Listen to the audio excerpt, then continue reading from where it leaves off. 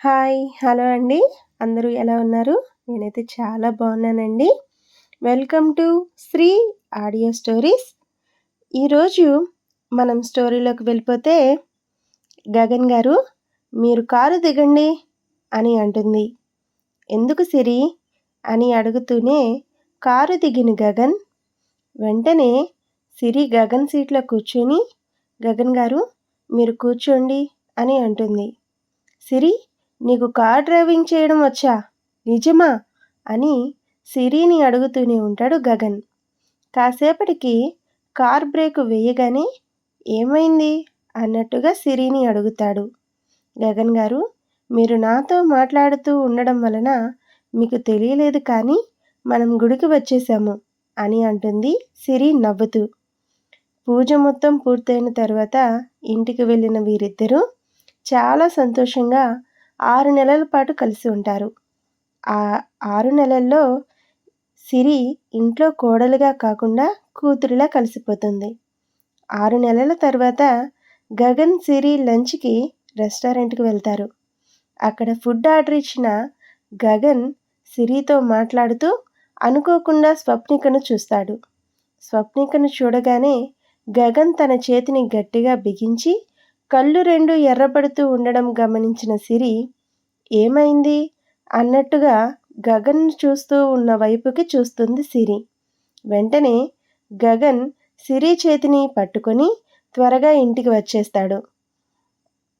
ఏమండి ఏమండి ఇప్పుడు ఏమైందండి? మనం ఒక్కసారి స్వప్నికతో మాట్లాడి చూద్దాం. అసలు నిజమేంటో మనం తెలుసుకోవాలి కదా అని అంటుంది సిరి. అలాంటిదేమీ అవసరం లేదు సిరి. ఇంతకుముందు చాలాసార్లు చాలామంది నాకు చెప్పారు స్వప్నిక వేరే వాళ్ళతో కనిపించింది అని. కానీ నేను వాళ్ళ మాటలు నమ్మలేదు. నేను స్వప్నికను అడిగాను కూడా. వాళ్ళు నాకు తెలిసిన వాళ్ళే అని చెప్పేది. కానీ ఈరోజు రెస్టారెంట్లో స్వప్నిక వేరే వాళ్ళను కిస్ చేయడం చూస్తూ ఉండడం చూసి నేను నిజంగా తట్టుకోలేకపోయాను సిరి.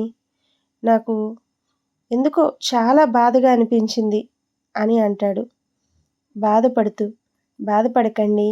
మీరు ఇలా తినడం మానేసి మరీ బాధపడుతూ ఉంటే ఈ విషయం అత్తయ్య గారికి, మామయ్య గారికి తెలిస్తే వాళ్ళు ఎంత బాధపడతారు ఒక్కసారి ఆలోచించండి అని అంటుంది సిరి. నా మాట విని కొంచెం తినండి అని చెప్పి బలవంతంగా గగన్కు తినిపిస్తుంది. అన్నం తినిపించి వెళ్ళిపోతున్న సిరి చేతిని పట్టుకున్న గగన్, సిరి కాసేపు నాతో ఉండవా? కాసేపు నాతో ఏదైనా మాట్లాడవా? నాకెందుకో ఒంటరిగా ఉన్నాను అనిపిస్తుంది అని అంటాడు. అలా వాళ్ళిద్దరూ కూర్చొని కాసేపు మాట్లాడుకుంటూ ఉండగా, సిరి నువ్వు ఎవరినైనా ప్రేమించావా అని అడుగుతాడు గగన్. గగన్ అడిగిన ప్రశ్నకు సిరి తల ఊపుతూ, అవును గగన్ గారు, నేను ఒక అబ్బాయిని ప్రాణానికి ప్రాణంగా ప్రేమించాను. ఆ అబ్బాయి లేకపోతే నేను లేనేమో అనిపించేది.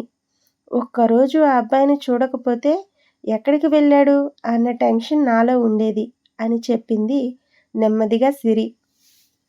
ఆ మాటలు విన్న గగన్ షాక్ అయ్యి అనుకోకుండా తన కళ్ళ వెంట వస్తున్న కన్నీటిని బయటకు కనబడనివ్వకుండా కళ్ళలోనే దాచుకుంటూ, ఏమిటి సిరి, నువ్వు ఒక అబ్బాయిని ప్రేమించావా అని తడబడుతూ అడుగుతాడు. అవును గగన్ గారు, నేను ఒక అబ్బాయిని ప్రేమించాను. ఎప్పుడు? ఎక్కడ? నాకు ఇప్పటి వరకు ఎందుకు చెప్పలేదు అని ప్రశ్నిస్తాడు ఆవేశంగా గగన్. గగన్ గారు ఆవేశపడకండి. ఇప్పటి వరకు మీరు నా గురించి ఎప్పుడూ అడగలేదు కాబట్టి నేను ఎప్పుడూ చెప్పలేదు అని అంటుంది చాలా క్యాజువల్గా సిరి. సరే, అప్పుడు అడగలేదు, ఇప్పుడు అడుగుతున్నాను కదా, చెప్పు, ఎవరు ఆ అబ్బాయి, ఏం చేస్తూ ఉంటాడు అని కోపంగా అడుగుతాడు. అది గగన్ గారు, నేను కాలేజీలో చదువుకునే రోజుల్లో అనుకోకుండా ఒక అబ్బాయి ఇంకొక అబ్బాయిని ర్యాగింగ్ చేయడం చూశాను. ఎందుకో నాకు ఆ క్షణంలో ర్యాగింగ్ చేస్తున్న అబ్బాయి చాలా స్పెషల్గా కనిపించాడు. ఆ రోజు నుండి తనకు తెలియకుండానే తన వెనుక ఫాలో అయ్యాను. తన ఇష్టాలు, తన కోపం, బాధ, ప్రేమ అన్నీ తనకు తెలియకుండానే తెలుసుకున్నాను.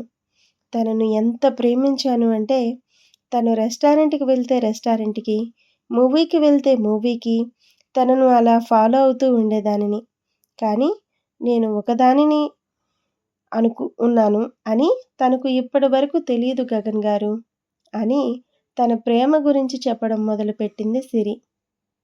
ఆ! ఆ తర్వాత ఏమైంది? నువ్వు నీ ప్రేమ గురించి ఎప్పుడైనా తనతో చెప్పావా? అని ప్రశ్నిస్తాడు గగన్. లేదు గగన్ గారు. కాలేజీ అయిపోయిన తర్వాత డ్యాడీతో ఫైట్ చేసి మరీ తన ఆఫీస్‌లో జాయిన్ అయ్యాను అని అంటుంది సిరి. మీ డ్యాడీతో ఫైట్ చేశావా? అయినా నీకు జాబ్ చేయవలసిన అవసరం ఏముంది? నీకు చాలా ప్రాపర్టీస్ ఉన్నాయి కదా! అని ఏమీ అర్థం కానట్టుగా అడుగుతాడు గగన్. తనంటే నాకు ఎంత ఇష్టమంటే తనని చూడకుండా ఉండలేను అనిపించింది. అందుకే డ్యాడీ మా బిజినెస్‌ని చూసుకోమని చెప్పినా డ్యాడీతో ఫైట్ చేసి మరీ తన ఆఫీస్‌లో జాబ్ సంపాదించాను. అలా రోజూ తనని చూస్తూ నా జాబ్ చేసుకుంటూ ఉండేదానిని. ఒకరోజు అనుకోకుండా తను టూర్ వెళ్ళాడు. ఆ టైంలో డ్యాడీ తన ఫ్రెండ్‌తో మ్యారేజ్ ప్రపోజల్ ఓకే చేశారు. అందుకే మ్యారేజ్ చేసుకున్నాను అని అంటుంది సిరి. సిరి చెప్పిన ఆఖరి మాటలు పట్టించుకోని గగన్ మనసులోనే ఆలోచించుకుంటూ సిరి ఇంతగా ప్రేమించినా అసలు తన వైపు చూడని ఆ వేస్ట్ ఫెలో ఎవరు అని ఆలోచిస్తూ ఉంటాడు. గగన్ గారు, గగన్ గారు ఏంటి ఆలోచిస్తున్నారు అని అడుగుతుంది సిరి. ఏం లేదు సిరి, ఇంత మంచి అమ్మాయిని, ఆ అమ్మాయి చూపించే ప్రేమని పోగొట్టుకున్న దురదృష్టవంతుడు ఎవరా అని అంటాడు ఆలోచిస్తున్నట్టుగా. ఆ మాటలు వినగానే సిరికి కోపం వచ్చి వెంటనే గగన్ వైపు కోపంగా చూస్తూ, నా బుద్ధ అవతారమైన భర్తకి ఇంకా ఏమీ అర్థం కాలేదా అని తల కొట్టుకొని అక్కడ నుండి వెళ్ళడానికి అన్నట్టుగా ముందుకు వెళుతుంది. సిరి అలా అనగానే అప్పుడే అర్థమైనట్టుగా గగన్ వెళ్ళిపోతున్న సిరిను వెనక నుండి గట్టిగా హగ్ చేసుకొని, ఏ సిరి, నాకు అర్థమైంది. నువ్వు నన్నే కదా ప్రేమించావు అని అడుగుతాడు సంతోషంగా. ఓహ్! నేను మిమ్మల్ని ప్రేమించాను అని ఇప్పటికి అర్థం చేసుకున్నందుకు చాలా థాంక్స్. నన్ను వదిలితే నేను కిందకి వెళ్తాను అని అంటుంది సిరి అంతే కోపంగా. సిరిని తన వైపుకు తిప్పుకొని తన నుదుటి మీద ముద్దు పెడుతూ, సిరి, నువ్వు అలా వేరే వాళ్ళను ప్రేమించాను అంటే నేను ఎంత బాధపడ్డానో నీకు అర్థమవుతుందా అని నెమ్మదిగా అంటాడు. నేను వేరే అమ్మాయిని ప్రేమించాను. నువ్వంటే నాకు ఇష్టం లేదు. నేను వేరే వాళ్ళను ప్రేమించాను. నీకు వేరే అబ్బాయితో పెళ్లి చేస్తాను అంటే నేను ఎంత బాధపడ్డానో ఆ విషయం మీకు ఇప్పటికీ అర్థం కాలేదా అని అంటుంది సిరి అంతే నెమ్మదిగా. నేను తప్పు చేశాను సిరి. నీ మనసులో అసలు ఏముందో తెలుసుకోకుండా అలా పెళ్లి చేస్తాను అనడం నాదే తప్పు. ఇప్పుడు చెప్తున్నాను. నిజంగా నేను స్వప్నికను ప్రేమించలేదు. ప్రేమిస్తే నీతో మాట్లాడాలి, నీతో మాత్రమే ఉండాలి అని నాకు ఎందుకు అనిపిస్తుంది చెప్పు? అంటే నిజానికి నేను స్వప్నికను ప్రేమించలేదు. ప్రేమించాను అని మాత్రమే అనుకున్నాను. నాకు నువ్వంటేనే ఇష్టం సిరి. ఐ లవ్ యూ అని చెప్పి సిరిని గట్టిగా హగ్ చేసుకుంటాడు. తన మనసులో ఉన్న ప్రేమను సిరికి చెప్పిన గగన్ ఆ తర్వాత వారిద్దరూ చాలా సంతోషంగా ఉంటారు. ఈ స్టోరీ మీకు ఎలా అనిపించింది? నచ్చితే ఇప్పుడే మా ఛానల్‌ను సబ్స్క్రైబ్ చేసుకోండి. లైక్ చేయండి, కామెంట్ చేయండి. అలాగే ఈ ఛానల్‌ని మీ ఫ్రెండ్స్‌కి, ఫ్యామిలీ మెంబర్స్‌కి షేర్ చేయండి.